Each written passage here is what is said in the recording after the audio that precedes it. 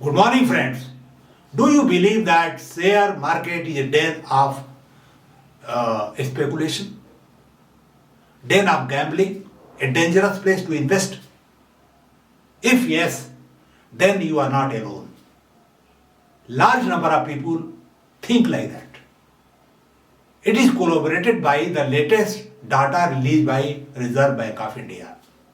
According to Reserve Bank, in the year 2023, the total domestic saving was 29.59 lakh crore.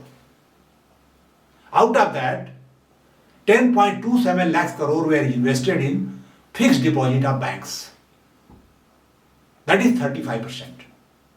2%, that is 73,000 crore, was invested in non-banking fixed deposit. Then 22% was invested in PF and pension, which is social security schemes, and 18% was invested in insurance products. About 7%, that is more than 2 lakh crore, was invested in small saving schemes. So you can see that more than 84% of the total savings were invested in fixed return assured products, financial products. If you talk of share market, ordinary share, hardly 0.78%, that is 23,000 crore, was only invested in equity shares. And 6% in mutual fund, 1.79 lakh crore. So friend, you are not alone in your belief. Through today's video, I am going to break this belief and free you from this type of fear. Friend, I am Ramchandra Rai, and you are watching Prayas Vikalp, a channel fully dedicated for development of your personality. Whatever content we bring is aimed at that. Friend, through today's video, I am going to discuss 4 things about share market. First thing, what is traded on share market, in the share market? What type of risk is there which has to be managed? What you should know to manage that risk effectively, and lastly, as an investor, what precautions you should take so that your money is safe and you achieve financial freedom. Therefore, please see this video to the end, and if you find value in this video, share this video with your friends and let me know also through your comment. If you have come first time on this channel or you have not subscribed to this channel, please subscribe to this channel so that you get notification of future videos. Now friend, let us discuss what is sold or traded in a share market. Like in vegetable market, you get different type of vegetables. Grain market, different type of grains. In the share market, you get different type of financial securities. If you see a list of them, that could be common stock, that is equity shares, preference share of different type like cumulative, participative, ordinary, convertible, bond and debentures. They are the debt instrument. Bond is brought by governments and big corporations. Debenture is brought by other private companies. Bond can be deep discount, cumulative, long term, convertible, secured. Debenture could be also fixed coupon rate, convertible or non-convertible, secured, non-secured. Then you have got mutual funds of different type. Primarily they are of T type, equity based. That means whatever money you invest in that is invested in equity share of various companies which are in the basket. Then hybrid or balance fund is there, where part is invested in equity, part in debt. Debt part gives you fixed return, equity gives you growth. It is slightly less risky than the equity mutual fund, but return is also correspondingly less. Then you have got a debt fund, where entire money is invested in debt. Then you got index fund, which is related to index shares which are in the index. Nifty or Sensex. You have got infra mutual fund, you have got real estate mutual fund, gold. There are so many options available which are handled in share market. Then some derivatives are also traded, future, forward, swap. They are basically risk management tools. There is some underlying asset on which they are traded. But I am not going to discuss this derivative because they are complex product and this video will become complex. I am going to focus on equity share which is traded in share market and all others are related to that. So this is so far what is traded. Then what type of risk is there in the share market? If you want to understand the risk of share market, you have to understand business risk. In simple terms, if you are an entrepreneur, if you want to do some business, there are many options before you. You can set up a sole proprietorship concern. You are sole proprietor. Suppose you require 1 lakh rupees for a business. You can invest 30,000 from your own pocket, which is your capital. And remaining 70 you can manage from bank or other people, loan, you can take loan.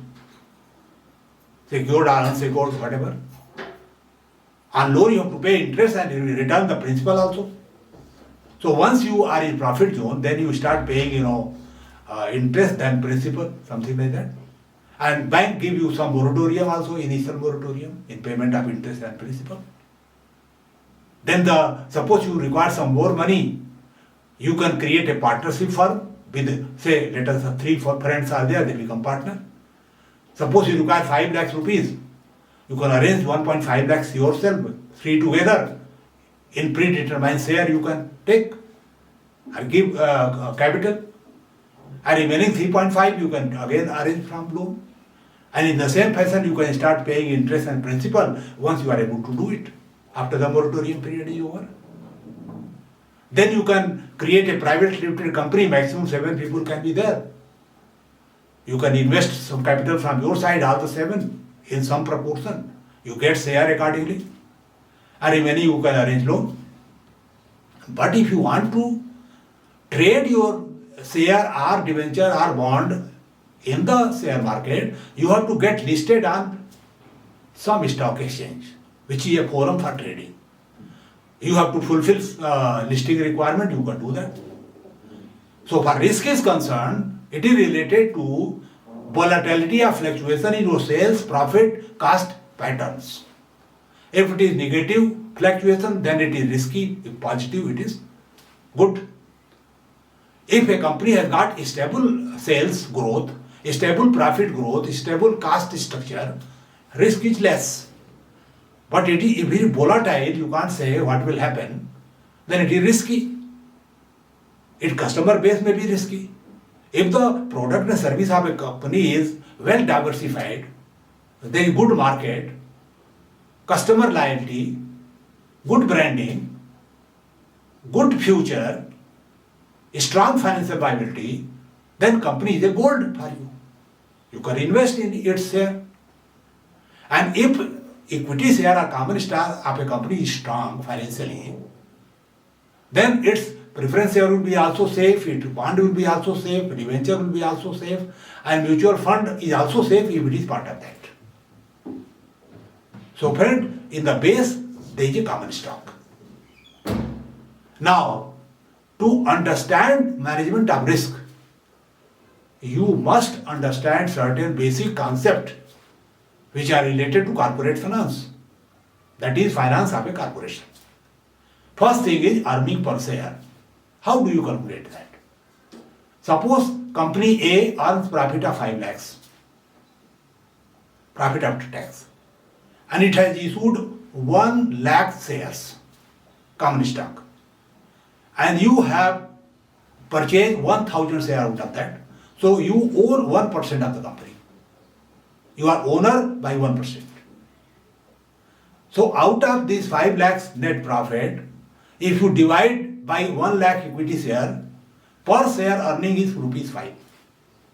So this is called earning per share. So this concept should be clear to you. Second concept, you should understand what is book value of a share. If books are there, then there are two important financial statement a company is preparing, first thing profit and loss account, and second is balance sheet.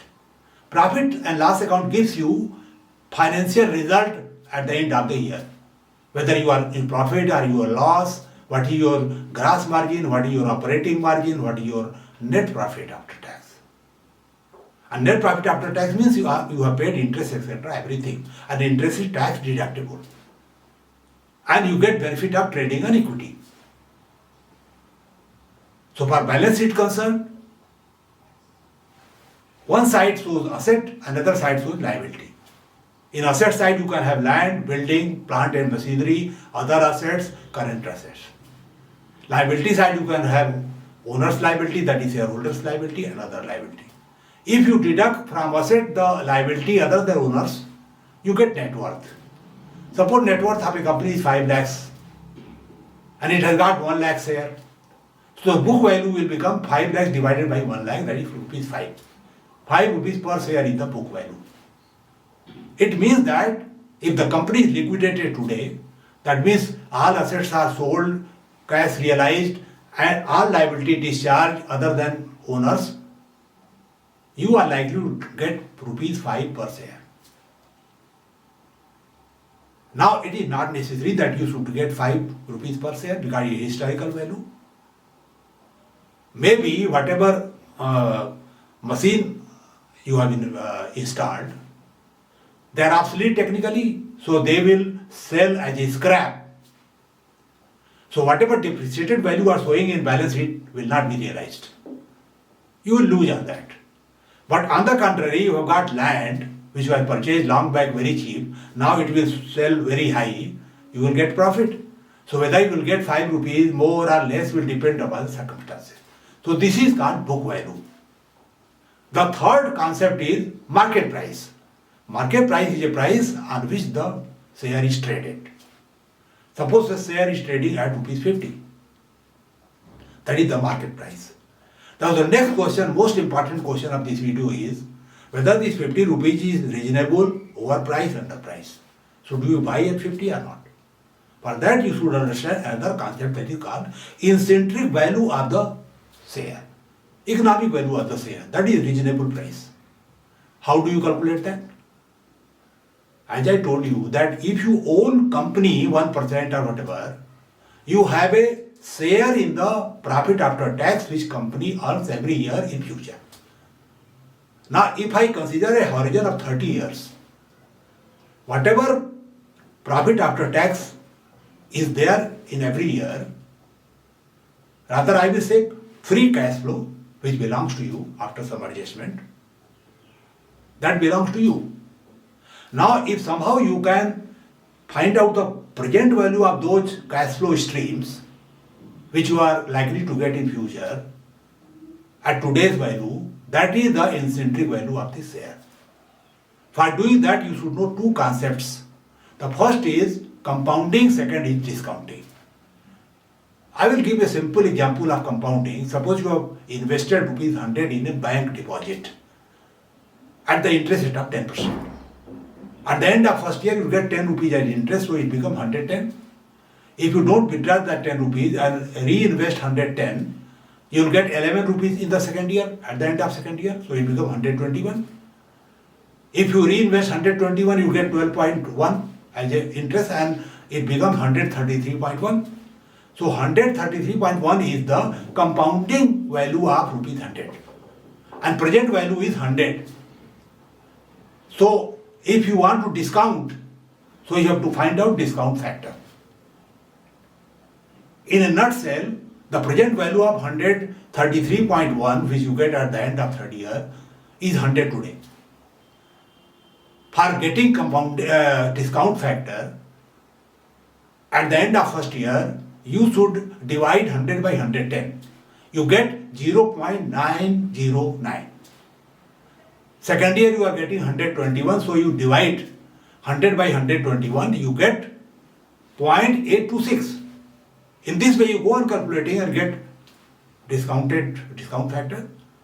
30th year, if you take 10% discount, the value will come 0.063, very nominal. The question is, how do you estimate sales, cost, net profit, etc. for 30 years? Very difficult task. Friend, I will say a simple thing. First 5 years, in future, you can take a reasonable rate of growth depending upon what growth has been there in the past 3 years. Average. After next 5-year block, you should reduce that further because it will go on reducing. It may become lastly 1% or something like that. And once you get that free cash flow, you can discount it with the factors and total it, and you will get intrinsic value. Let us say the intrinsic value is 45 rupees. A share is trading at 50, so it is overpriced. Don't buy it. And if it is trading at 40, you can buy because actual value or economic value is 45. But the question is, a normal investor cannot do all these calculations. So a thumb rule I will tell you as a conservative investor, you should see that if the price which is quoted is more than 15 times of the average earning per share of last 3 years, it is overpriced. Don't buy it. If it is less than 15, then you can buy it. But this is not the only condition. The second condition is the most important condition, that earning per share should grow at a steady rate, a stable rate, sales should grow, cost should be under control, there should be good demand for product and service, there will be good future. The company should be financially strong and future should be bright. It should be sunrise industry, then only you should invest. Share market should be efficient enough to reward good companies and punish bad ones. And that is only possible when you do fundamental analysis like this. Now this 15 or whatever I have said, it is called price earning ratio. That means whatever price is being quoted, if you divide that by earning per share average 3 years, that is called price earning ratio. So these things you should know before you can manage risk effectively. Friend, you will have a doubt in your mind that everything is so clear, then why we say that share market is a place of speculation or gambling? The reason is very clear. There are two types of trading styles. One is called bull, another called bear. Bull, you know that it throws you up. So a bull trader is an optimistic one. He will select a company and start buying in such a manner that the share price jump to 1.5 times, double, triple. And at particular time he will exit, book profit. And the moment he exits, in a bulk way, and other people start selling, it will go down. And the investor who have not understood this game will lose heavily. On the contrary, bear does just the opposite. It goes selling and depress the price and buy at a very low rate and exit when it becomes, somewhat high. And in this process also sometimes investors are losing. You have heard the name of Harshad Mehta? What he did? He was a bulls trader. He arranged 500 crore from State Bank of India by misusing the gap in the reconciliation process and invested in very bad shares. A company named Amar Dychem was purchased by him in a heavy way. Other people also followed the suit and the share became 10 times than the real value. And he exited and the share came down, and the investor who could not sell it in time became totally bankrupt. They lost very heavily. It is not that only share market, the Harshad Mehta was doing it. Other traders were also doing like that, but at a smaller scale. He was caught because he was handling big volumes. So this trading pattern make this place dangerous. But if you are a pure investor, long-term investor, select share selectively, good companies, there is no risk for you. Up and down will be there, but it will not be affected in the long run.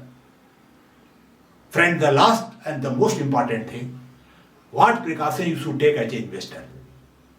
Friend, it will purely depend upon your risk appetite. What is your age profile? If you are 60 plus, you can't take risk. If you are young, you can take some risk. Suppose you don't want to take any risk, put your money in fixed deposit of bank. You know that fixed deposit rate vary from 6 to 9%.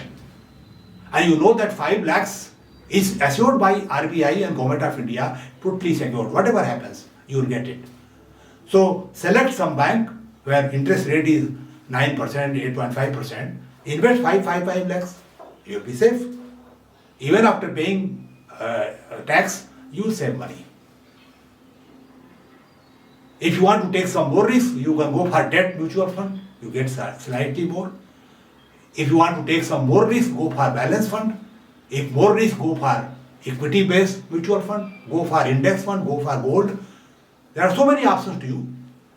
And 10%, 15% of your saving you can try in equity also, based on whatever I have told you.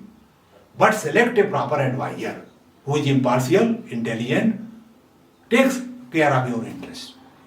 Then you can certainly make a balanced portfolio of fixed deposit, mutual fund, and then equity shares, and have a good return and achieve financial freedom. Mutual fund is very easy to invest.